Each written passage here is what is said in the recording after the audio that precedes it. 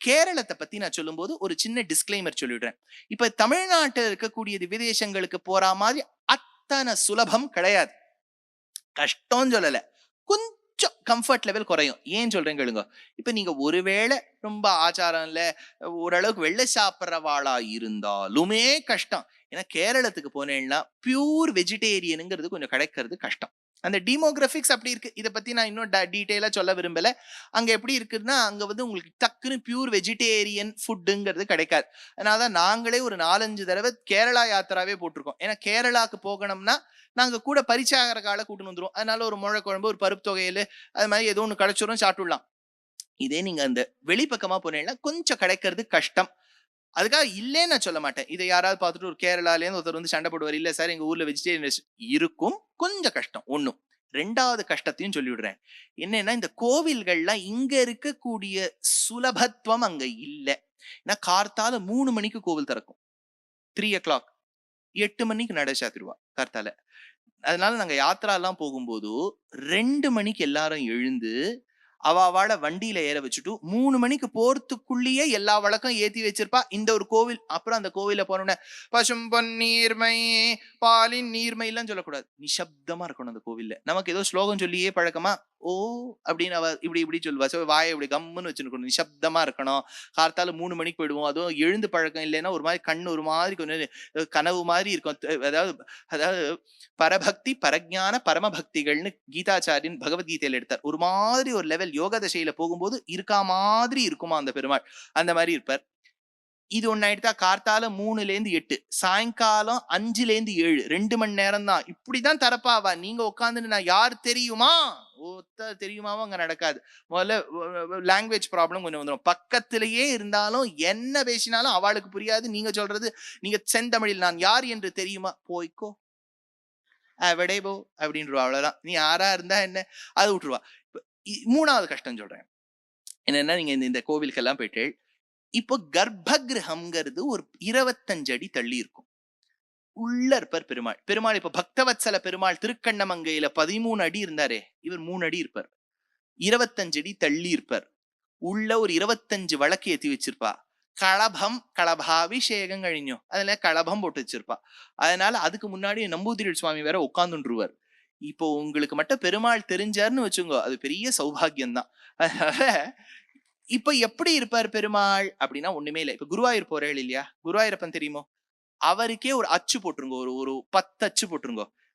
இந்த குருவாயூரப்பன் மாதிரியே ஒரு அச்சு போட்டு கீழே வந்து திருநாவாய் முகுந்தன், இன்னொரு அச்சு இதுதான் வந்து திருமூழிக்களத்து லக்ஷ்மணன், இன்னொரு அச்சு திருக்காட்கரை வாமனன், இன்னொரு அச்சு திருவன்வண்டூர், இன்னொரு அச்சு திருச்சிட்டத்து மகாவிஷ்ணு. ஒரே மாதிரி இருப்பாளா, ஒரே மாதிரி இருப்பா.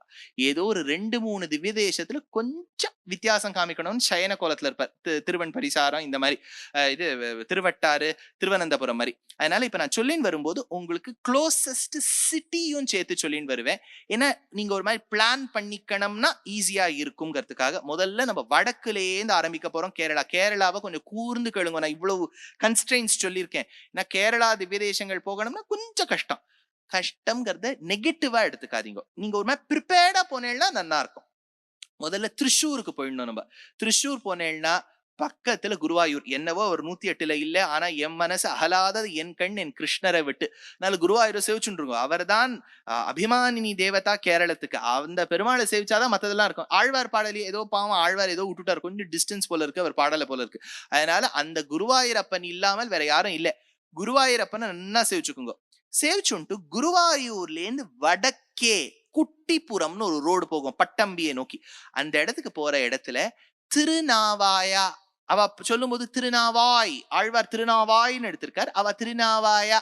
அப்புறம் திருங்கிற வார்த்தை மருவி அவ திரு அப்படின்னு மாத்திருவா. கேரளத்துல பார்த்தேன்னா திருக்கார்கரை, அப்புறம் திருப்பூணித்துறை, திருப்பிரயார், திருப்பறையார், திருக்கார்கரை அப்படின்னு சொல்ல மாட்டேன். திருங்கிறது திரு ஆயிடும். அதனால நீங்க மேப்ல சர்ச் பண்ணும்போது கூட TRI தான் சர்ச் பண்ணணும். THIRU அப்படின்னு போட்டீங்கன்னா தமிழ்நாட்டுக்கே வந்துருவேன், கேரளத்துல இருக்க முடியாது. அதனால திருநாவாயா, பெருமாளுக்கு பேர் நாவாய் முகுந்தன் அப்படின்னு பேர். இந்த ஒரு திவ்ய தேசத்துல மட்டும்தான் கேரளத்துல மகாலட்சுமிக்கு தனி சன்னதி. வேற எந்த திவ்ய தேசத்திலையும் தனி சந்நிதி தனிக்கோவில் நாச்சியார் கிடையாது. நாவாய் முகுந்தன் நாராயணன் தாயார் மகாலட்சுமி, பக்கத்திலேயே அங்க ரிவர் இருக்கும். பாரத புழை, புழைனா நதி, அதுக்கு ஒரு பேர் பாரத புழை, பம்ப புழை, பம்பான்னு ஒரு பேர் இருக்கும், பாரத புழை. இங்க கஜேந்திரனும் தாயாரும் ஒன்றாக சேவித்த இடம். சரித்திரம் சுருக்கமா சொல்லிவிடுறேன். என்னன்னா, நவயோகிகள் இந்த பெருமாளை தியானம் பண்ணிட்டு இருக்கா. ஒரு யோகி பெருமாளை பிரதிஷ்டை பண்ணுவார், கதவை சாத்திட்டு போயிடுவார். அடுத்த யோகி பிரதிஷ்டை பண்ணுவார், வருவார். இப்ப அடுத்த யோகி பிரதிஷ்டை பண்ணும்போது முதல் யோகி பிரதிஷ்டை பண்ண பெருமாள் இருக்க மாட்டார், அடுத்த யோகி பிரதிஷ்டை பண்ணிடுவார். இப்படியே காணாமல் போக 9வது யோகி பிரதிஷ்டை பண்ணி நடைய சாத்தி கொஞ்ச நாளைக்கு திறந்துட்டார். அப்பதான் பார்த்தா பெருமாள் பூமிக்குள்ள போயிட்டு இருக்கார். அப்படியே இருந்துரு பெருமாளேன்னு சொன்ன உடனே பூமிக்கு போற கோலத்துல நாவாய் முகுந்தன் சேவை சாதிப்பர். ஆச்சரியமான பெருமாள். நவ யோகிகள் தவம் செய்து பகவான் வந்ததால் நவயோகிவாய் திருநாவாய் அப்படின்னு பேர் வந்தது. இன்னொரு அர்த்தம், இந்த க்ஷேத்திரத்தை என்ன சொல்றானா, கஜேந்திரன் நித்தியப்படி புஷ்பத்தை பறிப்பாராம், அதே சமயத்துல தாயாரும் பறிப்பாளாம். 2 பேருக்கும் போட்டி, யார் இந்த புஷ்பத்தை சமர்ப்பிப்பது என்று. அப்புறம் பெருமாள் 2 பேருக்கும் பஞ்சாயத்து பண்ணி வச்சார். மகாலட்சுமி நம்ம குழந்தை தானே அந்த யானை, அதுக்கெல்லாம் போய் நீ தாமரை புஷ்பத்துல, தாமரைன்னு ஒண்ணு கேரளத்துல வந்திருக்கே, அதுவே பெரிய விஷயம் அவர் சொன்னார். அதனால நாவு, அதனால இந்த மகாலட்சுமிக்கு அனுகிரகம், மகாலட்சுமியும் பெருமாளும் சேர்ந்து கஜேந்திரனுக்கு அனுகிரகம் பண்ணா.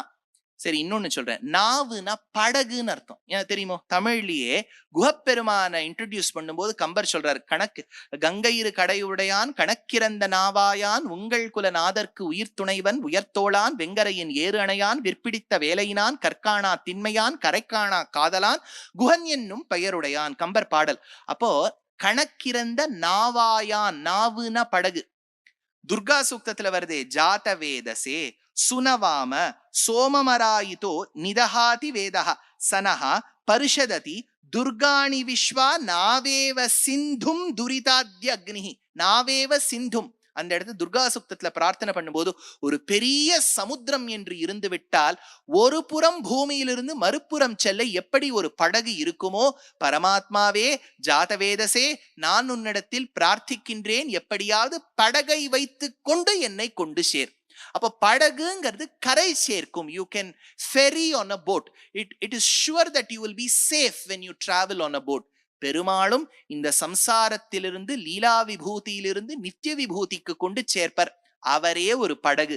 ஜீவாத்மாவுக்கு படகாய் இருக்கக்கூடிய பகவான், நாவாய் இருக்கக்கூடிய பகவான் திருநாவாய் அப்படிங்கிற க்ஷேத்திரத்துல இருக்கார். ஆழ்வார் எடுக்கிறார், நாளேல் அரியேன் எனக்கு உளன் நானும் மீளா அடிமை பணி செய்ய புகுந்தேன், நீள் ஆர் மலர்ச்சோலைகள் சூழ் திருநாவாய் வாழே தடங்கள் மடப்பின்னை மணாளா அப்படின்னு ஆழ்வாருடைய பாசுரம். ஞாபகம் வச்சுங்க, இந்த பாரத புழா இந்த பக்கம் நீங்க திருநாவாய் பாக்குறீர்கள். பாரத புழாக்கு உத்தரக்கரையில ஒரு கிராமம், அதற்கு மேல்பத்தூர்னு பேர். அந்த மேல்பத்தூரில் பிறந்து வளர்ந்து வாழ்ந்த ஒரு மகானுக்குத்தான் நாராயண பட்டத்திரி என்று பெயர். பூகண்டே கேரளாக்கே சரித நிகநிலாம் உத்தரேனைவ நாவா க்ஷேத்ராக வியூதிமாத்னே புனருபரி நவ கிராமநாம்னி ஸ்வதாம்னி தர்மிஷ்டாத் பட்டதந்திராத் அகிலமதபட்டோர் மாத்ருதத்த த்விஜேந்திராத் ஜாதோ நாராயணாக்கியோ நிரவஹத் அதுலாம் தேவநாராயணாக்ஞாம்னு பிரக்ரியா சர்வஸ்வம்ங்கிற கிரந்தத்தில் எடுக்கிறார். அப்ப திருநாவாயில இருக்கக்கூடிய பெருமாள் நாவாய் முகுந்தன். இந்த பெருமாளுக்கு இருக்கக்கூடிய குணத்தை அழகிமணவாள பெருமாள் நாயனார் எடுக்கிறார். துன்பக்கடல் புக்கு வைகுந்தன் என்பதோ தோணி பெறாது உழல்கின்றேன், அது சொல்லிட்டு பிறந்த துன்பக்கடல் கடத்தும் விஷ்ணு போத ஆந்திருஷம்சியம் நாவாயிலே நிழலெழும் என்று எடுக்கின்றார் அழகிமணவாள பெருமாள் நாயனார்.